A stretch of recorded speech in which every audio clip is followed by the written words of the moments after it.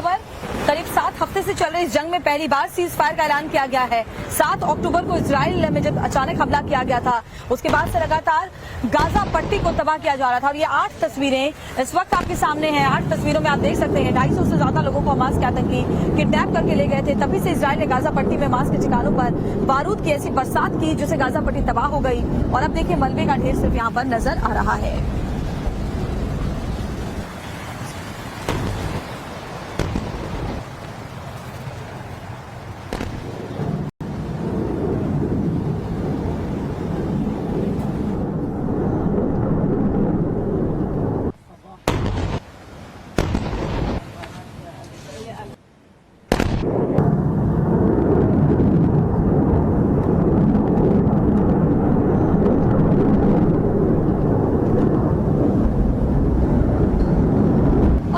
कुछ और भी जानकारियां हैं, उसको जानने के लिए सीधा अनुराग का रुख कर लेते हैं नोएडा स्टूडियो। बिल्कुल श्वेता, क्योंकि इजराइल और हमास के बीच जारी जंग लगातार लंबी होती जा रही है, लेकिन उस बीच एक छोटा सा हॉल्ट कह सकते हैं, एक छोटा सा ब्रेक कह सकते हैं, जब सीज फायर को लेकर सहमति बनी और सीज फायर शुरू हो गया। तो इजराइल और हमास के बीच सीज फायर को लेकर समझौता क्या हुआ है, अब इसकी डिटेल हम अपने दर्शकों को बताने जा रहे हैं। दरअसल शांति की अपील पर यह सीज फायर की डील हुई है और शांति बिना किसी डीलिंग के तो नहीं हो सकती। तो वो डीलिंग क्या है अब आप समझिए। 4 दिन तक गाजा पट्टी पर कोई अटैक नहीं किया जाएगा। आपको बता दें कि इजराइल की तरफ से हमले पूरी तरह से बंद होंगे। इजरायली कैबिनेट से सीज फायर को मंजूरी मिली और उसके बाद इस पूरे फैसले को इंप्लीमेंट किया जा रहा है। आपको ये बता दें कि हमास 50 इजरायली बंधकों को छोड़ेगा। हर दिन 12 से 13 बंधकों के ग्रुप रिहा किए जाएंगे।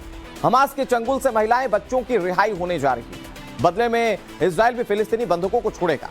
अब मैं आपको बताता हूं कि इसके पीछे का पूरा डील क्या है। एक इजराइल के बदले, यानी एक इजरायली नागरिक के बदले जेल में बंद 3 फिलिस्तीनी कैदियों को इजराइल छोड़ेगा। अब रिहाई में महिलाएं और बच्चे सबसे ज्यादा प्राथमिक होंगे, इन्हें सबसे पहले रिहा किया जाएगा।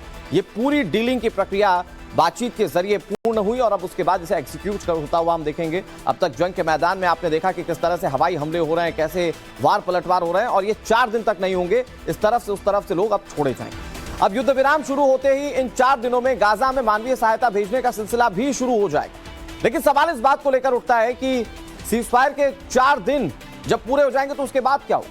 क्या इजराइल 5वें दिन से गाजा पर एक बार फिर से बमबारी शुरू कर देगा, या फिर आगे कुछ दिन और इस युद्ध को टाला जा सकता है? अब यह हम आपको बताने की कोशिश करते हैं कि आने वाले वक्त में इस युद्ध को लेकर क्या हो सकता है। देखिए 4 दिन की शांति होगी, सोचिए जरा लोग कितनी राहत की सांस लेंगे। लेकिन इजराइल हमास के बीच सीज फायर ये बढ़ भी सकता है और ये बहुत अच्छी खबर हो सकती है। 50 के अलावा 10 और इजराइल छोड़ने पर अमल किए जा रहे हैं, यानी कि हमास की ओर से 50 जो छोड़ेंगे, इसको लेकर जो डील हुई, इसके अलावा 10 और इजरायली नागरिक छोड़े जा सकते हैं। हर 10 बंधकों की रिहाई पर 1 दिन का सीज फायर होगा, ये डील है। रिहाई के हिसाब से सीज फायर की मियाद और बढ़ती चली जाएगी। तो जिन लोगों को हॉस्टेजेस करके रखा है हमास के आतंकियों ने, जिसको लेकर पहले भी इस बात की उम्मीद की जा रही थी कि इन्हें ही लेकर ढाल बनाकर अपने बचाव का रास्ता तलाशेगा हमास, ये अभी वाकई में हमास के लिए काफी कारगर साबित हो सकता है, क्योंकि वो जितने लोगों को छोड़ता जाएगा मियाद बढ़ती जाएगी। सीज फायर 10 लोगों को छोड़ेगा, 1 दिन की मियाद मिल जाएगी हमास को। तो ये दरअसल पूरी डीलिंग है दोनों देशों के बीच में, माफ कीजिएगा, इजराइल और हमास के बीच में।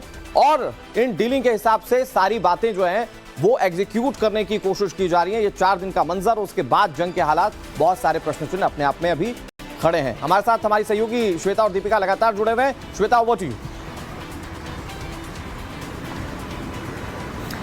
शुक्रिया अनुराग। और देखिए अहम जानकारी अब आपको दिखाते हैं। जिन लोगों को आज वहां से रिहा किया जाएगा उनकी लिस्ट भी टाइम्स नाउ भारत के पास है। वो लिस्ट आपको बताते हैं। देखिए किस तरीके से बेंजामिन नेतन्याहू के दफ्तर में लिस्ट मिलने की पुष्टि हुई है। लिस्ट में शामिल लोगों के परिवार वालों से संपर्क जारी है। शाम 7:30 बजे रिहा किया जाएंगे बंधकों के पहला ग्रुप।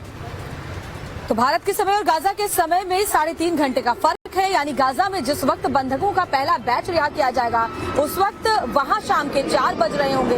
तो बड़ी खबर हम आपको बता रहे हैं, आज शाम 7:30 बजे बंधकों का पहला ग्रुप रिहा किया जाएगा। और लिस्ट में जिन लोगों के नाम शामिल है उनके परिवारों से संपर्क की जा रही है इजरायली सरकार की तरफ से।